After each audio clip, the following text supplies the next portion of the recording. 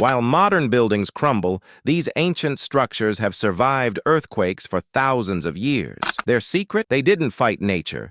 They danced with it. The Inca built with stones that fit together like a complex puzzle. During quakes, the stones shift and grind, then settle perfectly back into place.